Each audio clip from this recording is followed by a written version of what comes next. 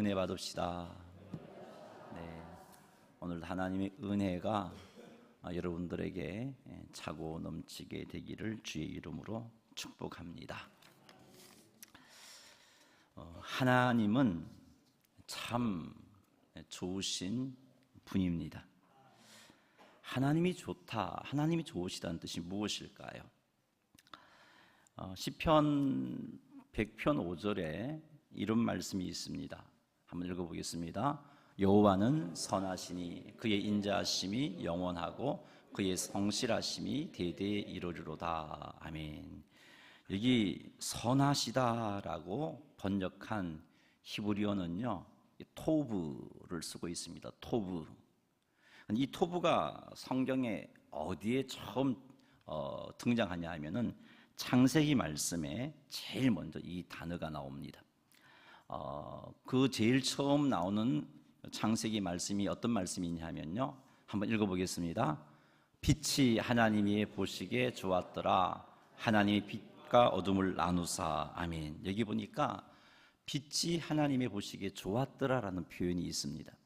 하나님께서 천지 만물을 창조하실 때 캄캄한 흑암이 가득 차 있는 그곳을 향하여서 빛이 있으라 말씀하시니까 빛이 생겼죠. 하나님이 그 빛을 보시기에 너무 만족했습니다. 하나님이 생각하셨던 대로 그 빛이 제대로 만들어졌고요, 하나님이 생각하신 대로 그 빛이 제 역할을 하고 있었기에 그 빛을 보시고 하나님이 토브라고 말씀하셨어요. 그게 좋았더라 라는 뜻입니다. 하나님께서 창조하신 것이 하나님의 뜻대로 너무나 완벽한 상태였기에 토브라고 기록하고 있습니다. 우리말 성경을 보면요, 좋으신 하나님이라고 번역된 성경이 없어요. 대신 선하신 하나님이라고 기록되어 있습니다. 근데 우리는 하나님이 선하시다라고 말을 하면은 이 좋다, 이 토브라는 의미보다는 착하다라는 생각을 쉽게 해버리죠. 근데 성경에서는 선하신 하나님이라고 말할 때 토브, 좋으신 하나님으로 기록하고 있습니다. 따라서 여러분 성경을 읽을 때 하나님이 선하시다 혹은 하나님이 좋다라는 표현을 성경에서 읽게 된다면 하나님은 너무나 완벽한 나의 보호자가 되신다, 그런 의미로 읽으시면 돼요. 하나님은 너무나 완벽한 나의 인도자이시다, 그런 의미로 읽으시면 돼요. 하나님은 너무나 완벽하게 나를 사랑하시는 분이시고, 하나님은 내가 의지할 완벽한 분이시고, 하나님 우리의 완벽한 구원자이시다라는 의미로 대하시면 됩니다. 자, 그런 의미를 한번, 하나님은 좋으신 분입니다, 한번 해볼까요? 시작. 하나님은 좋으신 분입니다. 좋으신 하나님이에요. 그런 찬양인데 한번 불러볼게요.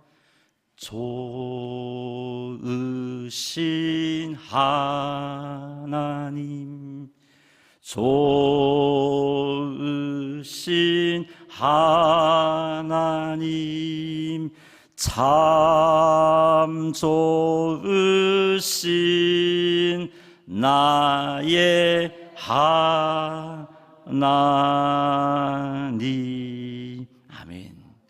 하나님은 좋으신 분입니다. 오늘은 시편 105편 12절에서 23절 말씀을 통해서 이 좋으신 하나님이 어떻게 당신의 백성들을 인도하시고 보호하시고 다듬으시는지를 한번 살펴볼 겁니다. 이 시간을 통해서 우리들이 좋으신 하나님을 제대로 알아서 좋으신 하나님으로 인하여 행복한 삶을 살게 되시는 여러분들이 되시기를 주님의 이름으로 축원합니다. 할렐루야. 시편 105편 12절에서 15절 말씀을 한번 같이 읽겠습니다. 그때에 그들의 사람 수가 적어 그 땅의 나그네가 되었고, 이 족속에게서 저 족속에게로, 이 나라에서 다른 민족에게로 떠돌아다녔도다. 그러나 그는 사람이 그들을 억압하는 것을 용납하지 아니하시고 그들로 말미암아 왕들을 꾸짖어 이르시기를 나의 기름 부은 자를 손대지 말며 나의 선지자들을 해하지 말라 하셨도다. 아멘. 우리가 읽은 이 말씀은 아브라함과 그의 가족들이 하나님의 인도함을 따라서 명령을 따라서 가나안 땅으로 가고 있는 내용입니다. 아브라함과 그의 가족들 그때 이제 조카 롯이 동행했고요. 이렇게 참 힘 있는 그런 족장은 아니었어요. 작은 숫자였습니다. 그래서 우리 조금 전에 읽었던 그 시편에도 그때 그들의 사람 수가 적어 그 땅에 나그네가 되었고라고 말하고 있습니다. 근데 적은 숫자가 전 재산을 이끌고 양이나 뭐 염소나 낙타를 이끌고 그렇게 이제 낯선 땅, 잘 모르는 그곳을 향하여 가고 있습니다. 가니까 아브라함의 입장에서는 그 가는 곳곳마다 두려웠습니다. 왜냐하면 저들이 우리를 치게 된다면 항거할 수 있는 힘도 없고 막아낼 수 있는 힘도 없고 그냥 죽임을 당해도 누구 하나 우리 편 되어줄 리가 없기 때문에 그러했습니다. 두려웠습니다. 뿐만 아니라 아브라함의 아내 사라가 참 아름다웠던 것 같습니다. 그래서 아브라함이 그 가나안을 향하여 가면서 네 아내가 너무 아름다운데 저들이 나 죽이고 네 아내 취하여 가면 어떻게 하나? 그게 두려웠던 거죠. 이게 아내를 빼앗기면 두려운 게 아니고 자기가 죽음이 사실은 더 두려웠던 겁니다. 그래서 아내 사라에게 이야기하죠. 여보, 내 마음이 이렇고 우리가 가는 그곳은 하나님을 모르는 사람들이 살고 있는 곳이고 또 우리들에게는 그들과 싸울 만한 힘도 없고 하니까 당신이 너무 아름다워서 그래. 그러니 가면 당신이 내 아내라고 말하지 말고 내가 내 누이라고 소개할 거야. 그러면 당신이 너무 아름다워서 사람들이 취한다 할지라도 나는 내 목숨은 안전할 거고 오히려 또 사람들이 날 후대해 줄 거야. 그러니 우리 그렇게 하자. 그렇게 아브라함은 아내에게 말했던 거죠. 아내 사례는 뭐 족장의 권위가 대단한 시대입니다. 족장의 말은 옛날 우리 왕권 시대 때 임금의 어명과 같이 그렇게 감히 항거할 수 없는 명령인 거죠. 그리고 사례가 무슨 힘이 있겠어요? 그러자고 그렇게 했습니다. 그래서 아브라함은 가는 곳곳마다 자기 아내 사라를 내 누이라고 소개를 했습니다. 한 번은 아내를 누이라고 소개한 아브라함에게 참으로 난처한 일이 일어났습니다. 그것은 그 지역에 있는 왕이 사라가 너무 아름답다고 자기 아내로 달라는 겁니다. 그래서 뭐 어떻게 합니까? 힘이 있나요? 아내를 주고 사라를 왕궁으로 보내고. 그러나 그때마다 하나님께서 간섭하시고 개입하셔서 사라를 아브라함의 품으로 돌려 보내주셨습니다. 근데 이번엔 좀 달랐어요. 뭐가 달랐냐 하면은 하나님께서 지금 이 사건이 일어나기 얼마 전에 아브라함에게 나타나셔서 하시는 말씀이 1년 뒤에 네가 사라를 통해서 아들을 낳을 것이다 라는 약속을 받았어요. 그리고 조금 시간이 흘렀기 때문에 지금 사라가 임신했는지 할 것인지 모르는 점이란 말입니다. 그런데 아브라함은 그 아내를 이끌고 가면서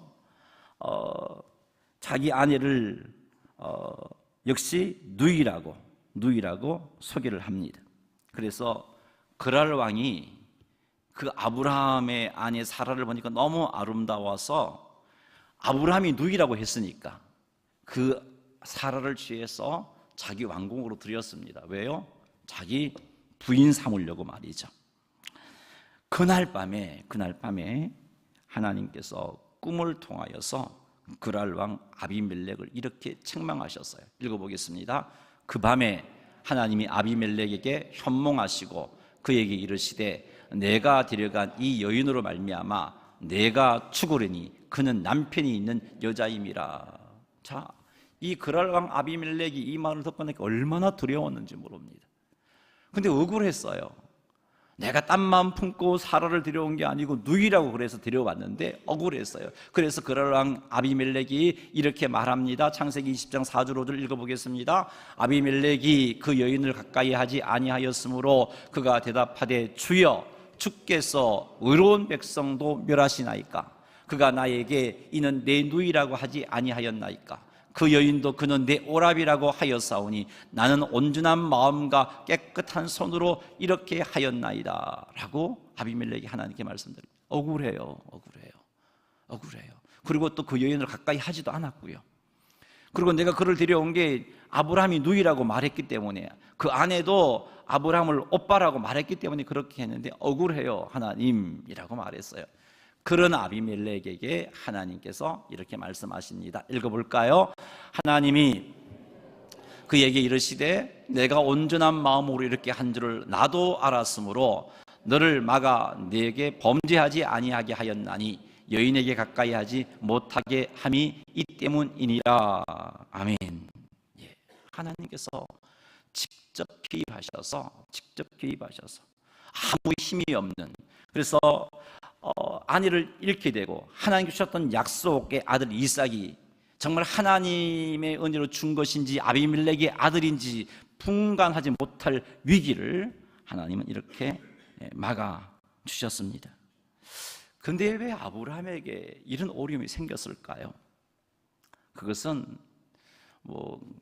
겉으로 드러난 정황은 아브라함이 아내가 너무 아름다워서 자기가 죽을까 두려움 때문에 누이라고 소개한 그것으로 인해서 어려움이 생겼습니다만은 이 어려움이 생긴 본질적인 이유는요, 아브라함이 하나님을 신뢰하는 믿음이 없었기 때문입니다. 하나님께서 가나안을 향하여 가라고 하셨으면은 분명히 그 걸음걸음마다 인도하시고 보호해 주실 것이 틀림이 없는데, 지켜주실 것이 틀림이 없는데, 하나님께서 자기를 온전히 지키시고 보호하신다는 믿음이 아브라함에게 없었기 때문에 두려움에 쌓였고, 두려워서 아내를 누이라고 소개했고, 아내를 누이라고 소개함으로 몇 번씩이나 아내를 빼앗긴 아픔을 아브라함은 겪어야 했습니다. 이렇게 아브라함은 믿음이 형편없었어요. 이렇게 아브라함은 하나님에 대한 믿음이 없어서 이렇게 큰 어려움을 겪게 되었는데, 이런 아브라함도 하나님은요 보호하고 계시더라고요. 이런 아브라함도 하나님은 지켜주시더라고요. 그래서 그 아브라함을 가리켜서 오히려 나의 기름 부은 자, 나의 선지자라고 하시면서 아비멜렉 앞에서 아브라함을 높여주시는 하나님의 모습을 우리는 볼 수 있습니다. 우리가 읽었던 시편 105편 15절에 이르시기를 나의 기름 부은 자를 손대지 말며 나의 선지자들을 해하지 말라라고 말씀하시면서 믿음 없어서 어려움을 겪고 있는 아브라함을 오히려 하나님이 아비멜렉 앞에서 나의 선지자다라고 높여주고 계십니다. 나의 기름 부은 특별한 자다라고 높이시면서 아브라함에게 안위를 취한 아비멜렉을 꾸짖고 책망해 주셔서 아브라함의 문제를 해결해 주신 하나님의 모습을 보게 됩니다. 아브라함의 미약함에도 불구하고, 아브라함이 믿음이 없어서 이렇게 아픔을 겪게 되었음에도 불구하고 아브라함을 지키시는 하나님, 그 하나님이 우리의 하나님이십니다. 우리가 잘할 때에만 우리를 지키시고 보호해 주신다면 우리는 살기가 불안합니다. 왜요? 우리는 늘 판판이 넘어지는 자이기 때문에 그렇습니다. 왜요? 우리는 판판이 하나님의 마음을 아프게 하는 자이기 때문에 그렇습니다. 그러기에 잘할 때만 하나님이 나를 지켜주신다면 그 하나님으로 인하여서 우리는 평안함을 누릴 수가 없어요. 왜요? 내게 많은 문제가 있기 때문입니다. 그런데 보니까 우리가 실수함에도 불구하고, 믿음이 없어서 하나님의 마음을 아프게 하여 어려움을 겪게 되었음에도 불구하고 하나님은 그런 우리를 외면하지 않으시는 분이다라는 것을 알 수 있습니다.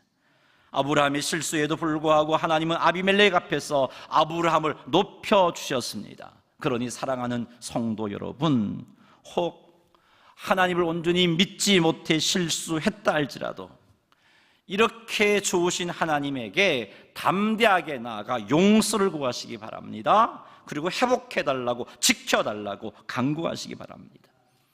좋으신 하나님은 우리의 간구에 반드시 응답하십니다. 우리의 실수로 어려움을 겪게 되었다 할지라도 그 어려움에서 건져주시고 우리를 높여주시는 하나님, 그분이 좋으신 우리 하나님입니다.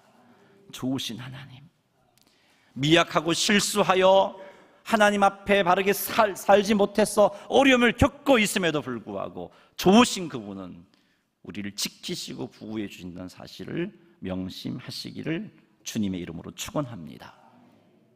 창세기 10편 105편 16절 말씀 한번 읽어보겠습니다. 그가 또 그 땅에 기근이 들게 하사 그들이 의지하고 있는 양식을 다 끊으셨도다. 아멘. 이번에는 아브라함의 후손인 야곱과 그의 아들들에 관한 이야기입니다. 야곱과 그의 아들들이 가나안 땅에 지금 살고 있습니다. 그런데 하나님께서 그 가나안 땅에 심각한 기근이 들게 하셨습니다. 참으로 심각한 기근이었습니다. 그 기근은 7년 동안 계속될 기근이었습니다. 겨우 2년밖에 안 지났는데 앞으로 5년이라는 기근이 남아있는데 먹을 양식이 떨어져 버린 상황이 되고 말았던 거죠. 야곱과 그의 아들들은 이제는 양식을 구할 수 없어서 굶어 죽을 수밖에 없는 상황이 되었습니다. 여러분, 하나님은 좋으신 분이라고 우리가 지금 살피고 있는데 좋으신 하나님께서 왜 이렇게 하셨을까요? 좋으신 하나님께서 왜 야곱과 그의 자손들이 살고 있는 가나안 땅에 심각한 기근이 찾아오도록 하셨을까요? 하나님께서 야곱과 그의 아들들이 하나님의 마음을 아프게 해서 너 한번 고통당해봐, 그런 마음에서 하신 건가요? 성경은 아무리 찾아봐도 그런 내용은 없어요. 그럼 하나님께서 야곱과 그의 아들들을 보호할 능력이 없어서 이들이 기근으로 고통을 겪게 된 것일까요? 그것도 아니에요. 그러면 자연적인 현상으로 기근은 찾아왔고 또 하나님은 사실 존재하지 않는데 우리들이 자꾸 존재한다고 믿고 있고, 그러다 보니까 기근이 찾아와도 존재하지 않는 하나님이니까 그 어려움으로부터 지켜줄 수가 없기 때문에 야곱과 그의 자손들이 고통을 당하고 있는 것인가요? 그것도 아닙니다. 하나님은 그때도 살아 계셨습니다. 야곱과 그의 아들들이 가나안 땅에 살고 있었을 때도 하나님은 살아 계셨고 지금도 살아 계십니다. 야곱과 그의 가족들이 가나안 땅에 있을 때 7년 기근으로 고통스러워할 그때에도 하나님은 전능하셨고 지금도 전능하십니다. 그런데 왜 전능하시고 살아계시는 좋으신 하나님이신데 왜 이들이 기근을 겪어야 하는 건가요? 왜 하나님은 이들을 기근으로부터 보호해 주시지 않는 걸까요? 그것은 그들이 의지하고 있는 양식을 끊음으로 인해서 가나안 땅에서 일어나서 애굽으로 가도록 하기 위해서였습니다. 하나님의 선하신 계획 때문이죠. 애굽에서 야곱과 그의 후손들을 큰 민족으로 훈련시키고 다듬으시려고 하나님은 계획을 세우셨어요. 그래서 지금 야곱과 그의 자손들을 애굽으로 지금 인도하시려고 그 땅에 기근이 있게 하신 것입니다. 그래서 심각한 기근이 찾아온 것이죠. 하나님만 바라보고 있는 이들에게 먹을 양식이 없어서 이젠 죽을 수밖에 없는 상황을 허락하신 겁니다. 왜요? 안 그러면 안 내려가니까. 애굽으로 안 내려가니까. 이미 정착해 있는데요. 그래서 하나님 그렇게 하신 겁니다. 그러기에 여러분, 이들에게 기근을 허락하신 건 역시 하나님의 섭리의 손길인데 그 역시 좋으신 하나님의 인도하심이다라는 것을 우리는 알아야 됩니다. 오늘 우리들에게도 심각한 어려움이 찾아옵니다. 그래서 소망이 없는 문제로 아파하기도 합니다. 견디기 힘든 슬픔으로 고통을 겪을 수도 있습니다. 이때 사랑하는 성도 여러분, 우리 아버지 하나님이 좋으신 분임을 믿으시기 바랍니다. 좋으신 분이에요. 좋으신 분. 하나님께서 존재하시지 않기 때문에 우리가 이런 고통을 겪게 된 것 아니고요, 하나님에게 우리를 보호해 주실 능력이 없기 때문에 우리가 그런 고통을 겪게 된 것이 아닙니다. 이것을 통해서 더 좋은 것을 주시려고, 이것을 통해서 우리를 다듬으시기 위해서 그런 어려움을 허락하시는 겁니다. 그러니 하나님이 좋으신 분임을 확신하고 절망스러운 문제를 만났을 때 나를 너무나 사랑하시는 좋으신 하나님께서 내게 좋은 것 주시려고 일하고 계심을 믿으시는 여러분 되시기를 주의 이름으로 축복합니다. 이 믿음을 가지고 절망하지 마십시다. 이 믿음을 가지고 더욱더 하나님을 의지합시다. 이 믿음을 가지고 절망스러운 문제 앞에서 내가 어떻게 해야 합니까? 라고 하나님께 여쭈어 보시는 여러분 되시기를 바랍니다. 이 믿음 가지고 소망 가운데서 인내하십시오. 포기하지 말고 낙심하지 말고 하나님께서 이 문제를 잘 극복하여 하나님께 허락하신 이 문제를, 하나님께서 내게 허락하신 이 문제를 잘 극복하여 하나님께서 원하시는 유익함을 누리게 해달라고 하나님께 기도하시는 여러분 되시기를 주의 이름으로 축복합니다. 하나님은 좋으신 분이에요. 우리에게 향하신 여호와의 계획하심이 놀랍고 놀랍다 놀라우시도다 놀랍고 놀랍다 놀라우시도다. 좋으신 하나님 믿으세요. 우리를 향한 놀라운 계획을 가지고 계시며 그 계획 가운데 내게 때로는 아픔도 허락하시는 것이고 내게 슬픔도 허락하는 것이고 때로는 절망스러운 환경에 처해서 아무것도 의지할 수 없도록 만들어 버리시고 하나님만 바라보게 하시는 것입니다. 좋으신 하나님, 그분을 신뢰하면서 어려운 가운데 우리가 취할 태도는 하나님 바라보는 겁니다. 하나님, 내가 어찌해야 합니까? 절망하지 말고 더욱더 주를 의지하면서 소망 가운데 승리하는 자가 되어야 할 것입니다. 하나님은 좋으신 분입니다. 옆 사람에게 이야기합시다. 하나님은 참 좋으신 분입니다. 할렐루야. 시편 105편 17절 말씀 한번 읽어보겠습니다. 그가 한 사람을 앞서 보내셨어 요셉이 종으로 팔렸도다. 아멘. 여러분, 이 말씀을 보면은요, 참 하나님은 너무 정확하시다는 것을 느낄 수 있어요. 하나님은 야곱과 그의 가족들에게 7년 기근이라는 심각한 문제를 허락하기에 앞서서 요셉을 먼저 애굽으로 보내셨습니다.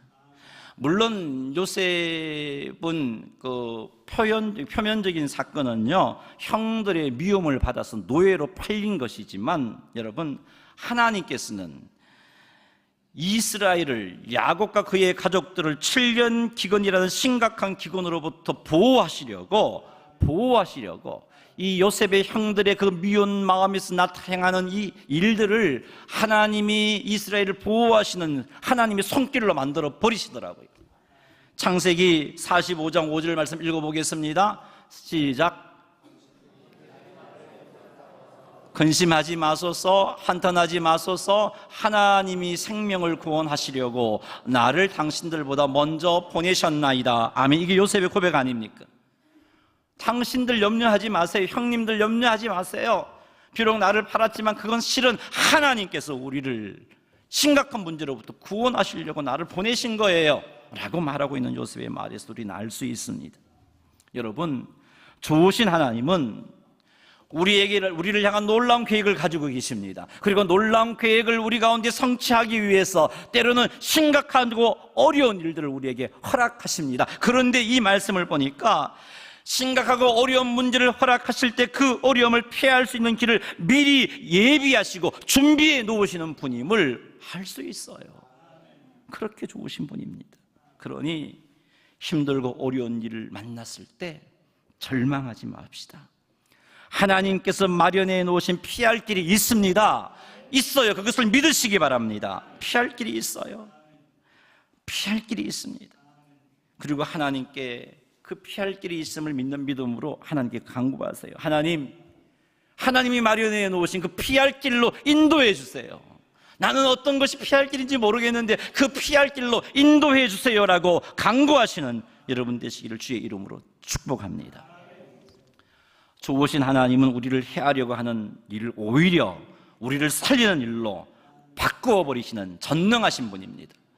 요셉의 형들이 요셉을 요셉에게 해코지하려고 하는 일이지만 보세요, 하나님의 전능하심은 그들이 해코지하려는 그 손길들을 오히려 그들을 살리는 구원의 사건으로 만들어버리지 않습니까? 그러니 혹 우리를 해하려 하는 자들이 있다 할지라도, 그래서 그들이 우리를 힘들게 하면 어떻게 하나 두려움이 생긴다 할지라도 여러분, 두려움에 사로잡히지 마십시오.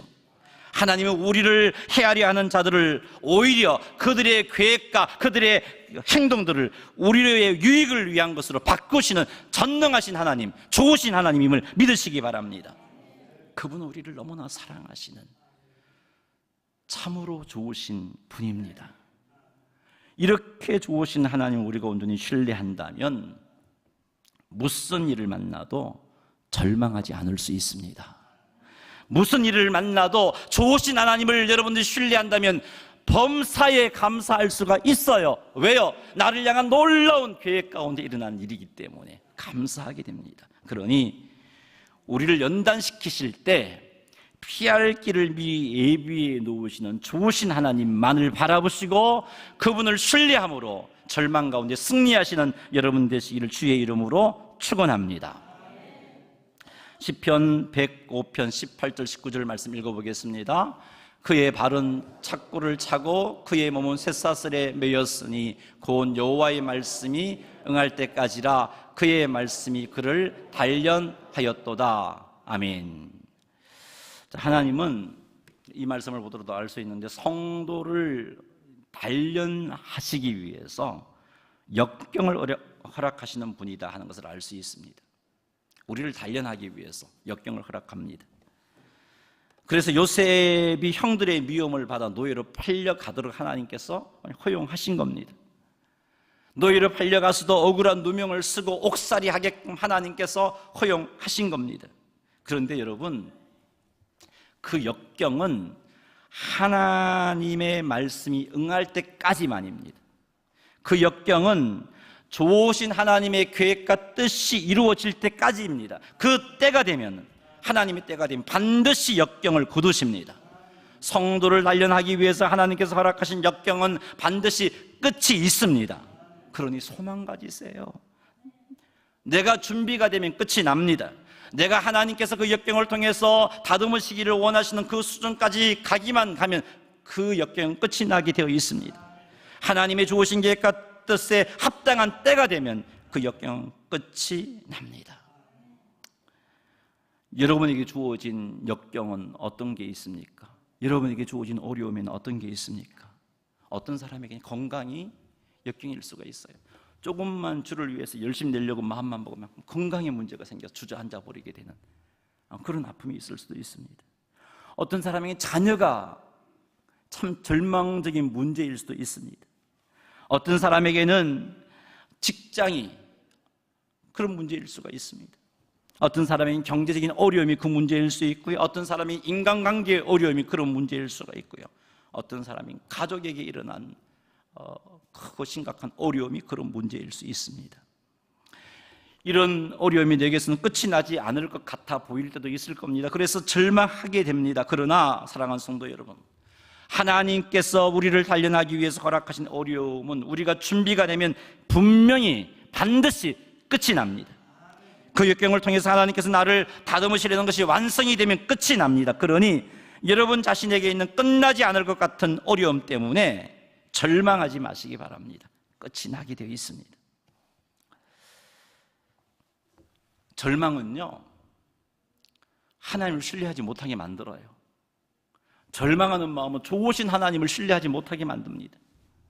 여러분 한번 생각해 보세요. 만약에 요셉이 그에게 주어진 역경으로 인해서 절망해버렸다면, 형들의 미움을 받아 노예로 팔린 것으로 인해서 절망했다면, 겨우 마음을 다스려서 노예 생활을 적응하고 있는데 또 억울한 누명을 쓰고 옥살이하게 된 그것 때문에 절망했다면, 요셉은요 그 절망 가운데 불평하고 원망하며 자포자기하며 살 수밖에 없을 겁니다. 그러면요 그의 연단의 기간은 더 많이 길어졌을 거예요.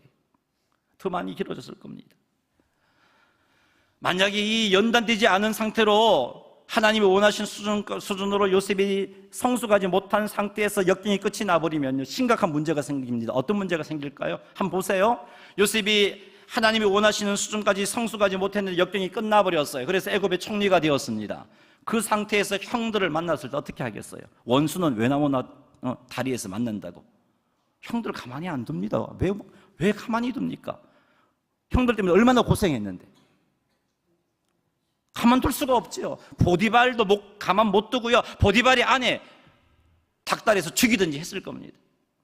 그렇게 되면 요셉을 통해서 야곱과 그의 가족을 애굽에서 정착시키고 큰 민족으로 만들려는 하나님의 계획에 차질이 생기는 거예요. 그래서 하나님은 만약에 요셉이 하나님을 신뢰하지 못하고 불평하고 절망하고서 그 어려운 가운데서 허우적거렸다면 계속해서 요셉에게는 연단의 시간들이 주어졌을 것입니다.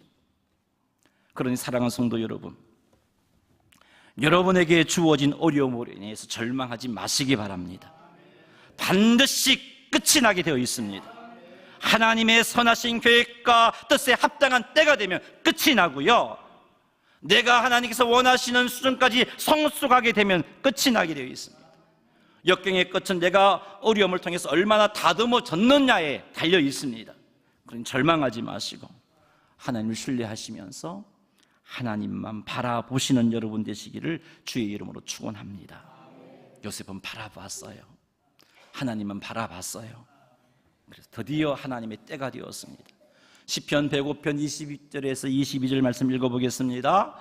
왕이 사람을 보내어 그를 석방하며 뭇백성의 통치자가 그를 자유롭게 하였도다.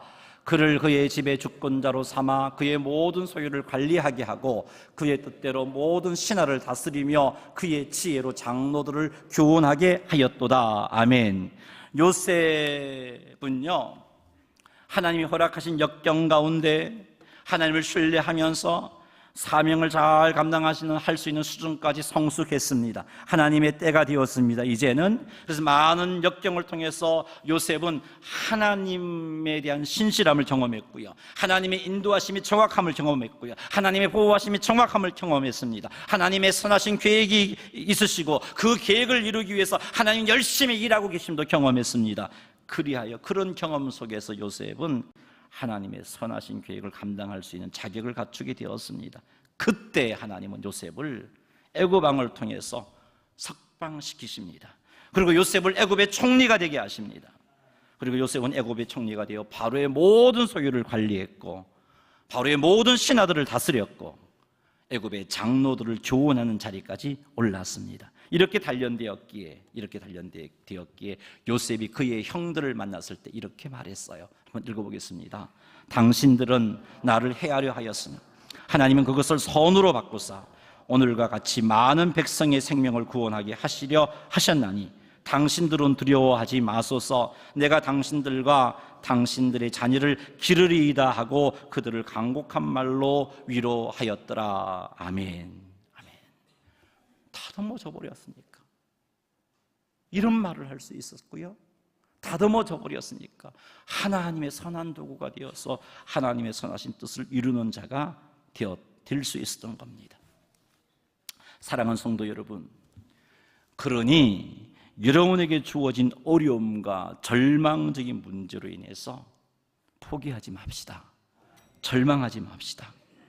하나님께서 그 절망적인 문제를 통해서 내게 다듬으시고자 하시는 것이 무엇인가를 한번 기도하면서 살펴보시기 바랍니다. 그리고 하나님과의 친밀한 관계를 유지함으로 인해서 하나님께서 원하시는 모습대로 다듬어지시는 여러분 되시기를 바랍니다. 그리하면 여러분에게 주어진 어려움은 반드시 끝이 나고요, 나아가 여러분은 하나님께 귀하게 쓰임받을 것입니다. 물론 하나님께서 여러분에게 영광도 허락해 주십니다. 그러니 사랑하는 성도 여러분, 하나님께서 주오신 분임을 온전히 믿으시고 문제 가운데 절망하지 마시고 소망 가운데 인내함으로 하나님께 영광 돌려드리시는 성도님들 되시기를 주의 이름으로 축복합니다.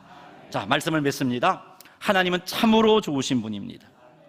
우리가 믿음이 없어 실수했음에도 불구하고 하나님은 우리 즉 사탄으로부터 우리를 지키시고 보호하십니다. 우리가 죄를 지으면 사탄은 정죄하고 정죄해서 우리를 거꾸로 때리려고 할 것이지만 그런 사탄을 향하여 하나님은 오히려 꾸짖습니다. 내 사랑하는 내 자녀에게 손대지 마라. 내가 십자가에서 그의 죄값을 대속에 했으니까 더 이상 정죄하지 마라고 꾸짖어 주실 것입니다. 하나님은 부족한 우리를 위해서 놀라운 계획을 가지고 계십니다. 그리고 그 놀라운 계획을 이루시기 위해서 때로는 우리가 의지했던 세상 것들을 정말 절망스러울 정도로 끊어버리실 때도 있을 것입니다. 물론 이런 일이 우리에게 일어나면 힘들고 어렵습니다. 그럼에도 불구하고 하나님은 넉넉히 승리할 수 있는 피할 길을 마련해 놓으셨음을 믿으시기 바랍니다. 그러니 힘들고 어려운 일을 만났을 때 좋으신 하나님을 신뢰하시고 그 좋으신 하나님께서 마련해 놓으신 피할 길로 나를 인도해 주십시오라고 간구하시기를 바랍니다. 그리하면 여러분에게 허락하신 어려움은 반드시 끝이 나게 되어 있습니다.